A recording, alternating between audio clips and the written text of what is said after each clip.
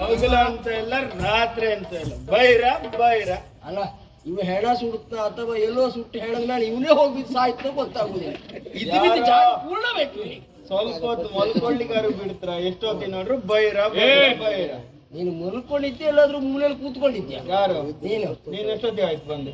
ಈಗ ಬಂದದ್ದು. ಹೌದಾ? ಇಡೀ ಸ್ಥಳ ಬೇಕಲ್ಲ ನಿನಗೆ. ಏಯ್ ಯಾಕೆ ಕರೆದದ್ದು ನೀನನ್ನು ಗೊತ್ತಾ? ಯಾಕೆ? ಹೆಣ ಸುಡ್ಬೇಕು. ನಿಮ್ಮಿಬ್ರಲ್ಲಿ ಹೆಣ ಯಾರ? ಹೆಣ ಅಲ್ಲುಂಟು ನೋಡು, ಅದನ್ನ ಸುಡ್ಬೇಕು. ನೋಡ ಸರಿ, ನೋಡು ಸುಡಾಗ ಹೋಗ, ಹಣ ಕೊಡ್ತೇವೆ ನಿಮ್ಗೆ. ಹೆಣ ನೋಡಿ, ಏನು ಹೆಣ ನೋಡು ನೂರಾಗ್ತದ. ಇವಳು ಮಹಾರಾಣಿ ಅಲ್ವ? ಅವಳು ರಾಜಕುಮಾರಿ. ಹೌದು, ಅವಳು ರಾಜಕುಮಾರಿ ಆಗಿ ಮತ್ತೊಬ್ಬಳಲ್ಲಿ ನಿನಗೆ ಯಾಕ? ಹುಟ್ಟಿದವರೆಲ್ಲ ಸಾಯ್ತಾರೆ, ಸತ್ತವರು ಹೆಣ ನೀನೇ ಸುಡುವುದಲ್ಲ. ಹೆಣ ಸುಡ್ಬೇಕು. ಸುಡು. ಆಗ್ಲಿಕ್ಕಿಲ್ಲ. ಯಾಕಾಗ್ಲಿಕ್ಕಿಲ್ಲ? ಹೆಣಕ್ಕೆ ಸಂಬಂಧಪಟ್ಟರು ಬರ್ಬೇಕು. ಅಯ್ಯೋ ದಡ್ಡ ಶಿಖಾಮಣಿ, ಇವು ಬೇರೆ, ಅವಳಿಗೆ ಭಾವ. ಹಾಕು ಮೂರ್ಖ ಶ್ರವಣೆ. ಏನ್ ಹೇಳ್ದೆ ನೀನು?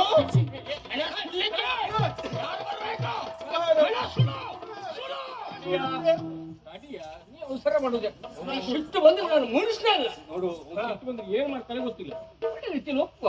ನಾನು ಹೇಳ್ತೀನಿ, ನಾವು ಹೇಳಿದಾಗ ನೀನು ಕೇಳಿದೆ ಅಂತ ಆದ್ರೆ ನಿನಗೆ ಕೈ ತುಂಬ ಹಣ, ಕೇಳಲಿಲ್ಲ ಅಂತ ಆದ್ರೆ ನಾಳೆ ಬೆಳಿಗ್ಗೆ ನೀನೇ ಹಣ. ಏನ್ ಮಾಡ್ತೀವಿ? ನಾನು ಹೆಣ ಸುಡ್ತೇನೆ.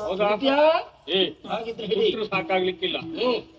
ಮತ್ತೊಂದು, ನಾಳೆ ದಿವಸ ಯಾರಾದ್ರೂ ಕೇಳಿದ್ರೆ ರಾಜಕುಮಾರಿಯ ಹೆಣ ತಂದವ್ರು ಯಾರು ಅಂತ ಹೇಳ್ತೀವಿ. ಅಮೋಘ ವೈಭವ. ಕೊಡು ಒಯ್ತಲ್ಲ ನೀನಲ್ಲ. ನಮ್ಮ ಹೆಸರು ಹೇಳುವುದಲ್ಲ, ಹಾಗೆ ಹೇಳಿಕ್ಕಿಲ್ವಾ? ಅದು ಹೇಳ್ಬಾರ್ದು. ನಾವು ಬಂದಿದ್ದೇವೆ ಅಂತ ಹೇಳಲಿಕ್ಕೆ ಇಲ್ಲ. ಹೆಣ ತಂದವರು ಮಹಾರಾಜರ ಅಳಿಯ. ಮಹಾರಾಜರ ಅಳಿಯ. ಒಳಿಯ ಅಂದ್ರೆ ಒಳಿಯ ಅಲ್ಲ, ಮಗಳ ಗಂಡ. ಅಳಿಯ ಮಗಳ ಗಂಡ.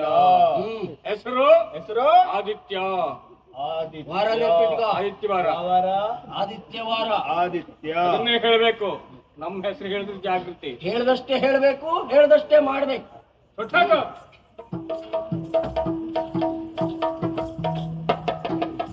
ಓಯ್ ಓಯ್, ಉಡ್ದದ್ದೆಲ್ಲ ಇಳಿದು ಹೋಯ್ತು ಮಾರ್ರೆ. ಅವ್ರು ಕತ್ತಿ ತೆಗ್ದ್ರಿಲ್ಲ, ಉಡ್ದದ್ದೆಲ್ಲ ಇಳಿದು ಹೋಯ್ತು. ಕತ್ತಿ ತೆಗ್ದು ಹಿಡಿತದಲ್ಲ. ನಾವೆಲ್ಲ ಹಾಗೆ ಸ್ವಾಮಿ. ಆದ್ರೆ ಎಂತ ಮಾಡುದು? ಹೆಣ ಸುಡ್ಬೇಕಂತ ಹೇಳಿದ್ರು. ಕಟ್ಕಿನೂ ಇಲ್ಲ, ಕಟ್ಕಿ ತಗೊಂಡು ಬರ್ತೆ, ಹಾಗೆ ಸ್ವಲ್ಪ ಹಾಕೊಂಡೇ ಬರ್ತೆ ಸ್ವಾಮಿ. ಎಂತ ಎಣ್ಣೆ? ಹೌದಾ?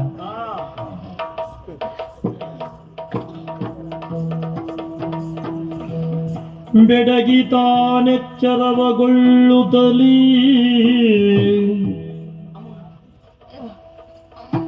ಸುತ್ತನಾಲ್ದೆಸೆ ಕಂಡು ಭಯದೊಳಗೆ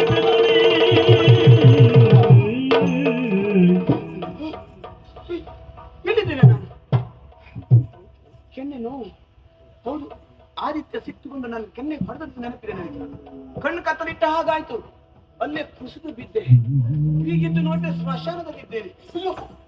ಚಟ್ಟದ ಮೇಲೆ ನನ್ನನ್ನು ಒದಗಿಸಿದ್ದಾರೆ. ಅಂದ್ರೆ ನಾನು ಸತ್ತೆ ಅಂತ ತಿಳಿದು ನನ್ನನ್ನು ನನ್ನನ್ನು ಸ್ಮಶಾನದವರೆಗೆ ತಂದದ್ಯಾರು? ನಾನು ಸತ್ತ ವಿಷಯ ನಮ್ಮ ಅಪ್ಪನಿಗೆ ಗೊತ್ತಾಗಲಿಲ್ಲವಾಗಿದೆ. ಯಾರಿಗೂ ತಿಳಿಯದ ಹಾಗೆ ಇದರಲ್ಲೇನು ಮೋಸ ಇದೆ. ಆದಿತ್ಯ ನನ್ನನ್ನು ಮೋಸಗೊಳಿಸಿರಬಹುದೇ? ಎಚ್ಚರ ಆಯ್ತು. ಯಾರು ಕಾಣ್ತಾ ಇಲ್ಲ. ಯಾರಾದ್ರೂ ಬರುವುದರೊಳಗಾಗಿ ನಾನು ಇಲ್ಲಿಂದ ಸ್ಥಳ ಬಿಡಬೇಕು. ಮತ್ತೆ ಈ ಪತ್ತೆಯನ್ನ ಹೀಗೆ ಮುಚ್ಚಿಡ್ತೇನೆ. ಯಾರಿಗೂ ತಿಳಿಯದ ಅರಮನೆಗೆ ಹೋಗುವುದಲ್ಲ. ಅರಮನೆಗೆ ಹೋದೆ ಅಂತಾದ್ರೆ ಬೇರೆ ರೀತಿ ಆಗ್ತದೆ. ಯಾರಿಗೂ ತಿಳಿಯದ ಹಾಗೆ ಬೇರೆಲ್ಲಾದ್ರೂ ಹೋಗ್ಬೇಕು. ಬೇರೆಲ್ಲೋ ಹೋಗಿ ಸತ್ಯ ಏನು ಅಂತ ನಾನು ತಿಳಿಯಬೇಕು. ಹಾಗಾಗಿ ನಾಡಿನ ಮಾರ್ಗವಲ್ಲ, ಕಾಡಿನ ಮಾರ್ಗವಾಗಿ ನಡೆಯುತ್ತೇನೆ. ಯಾರಿಗೂ ತಿಳಿಯದ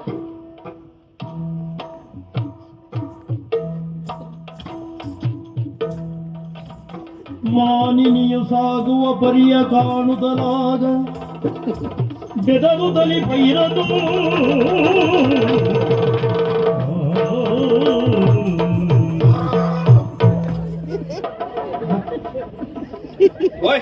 ಅಂತ ಕತೆ ಮಾರ್ರೆ. ಇದೆಂತ ಕತೆ ಮಾರ್ರ? ಆವಾಗ ಹಾಕಿದ್ದು ಕತ್ತಿ ತೋರ್ಸ್ರಿಲ್ಲ, ಕುಡ್ದೆಲ್ಲ ಇಳಿದು ಹೋಯ್ತು. ಈಗ ಹಾಕಿದ್ದು ಇಳಿದು ಹೋಯ್ತಂತ ಮತ್ತೆ ಕುಡ್ಕ ಬಂದೆ ಮಾರ್ರ. ಇವಳು ಹೆಣವ ಭೂತವ?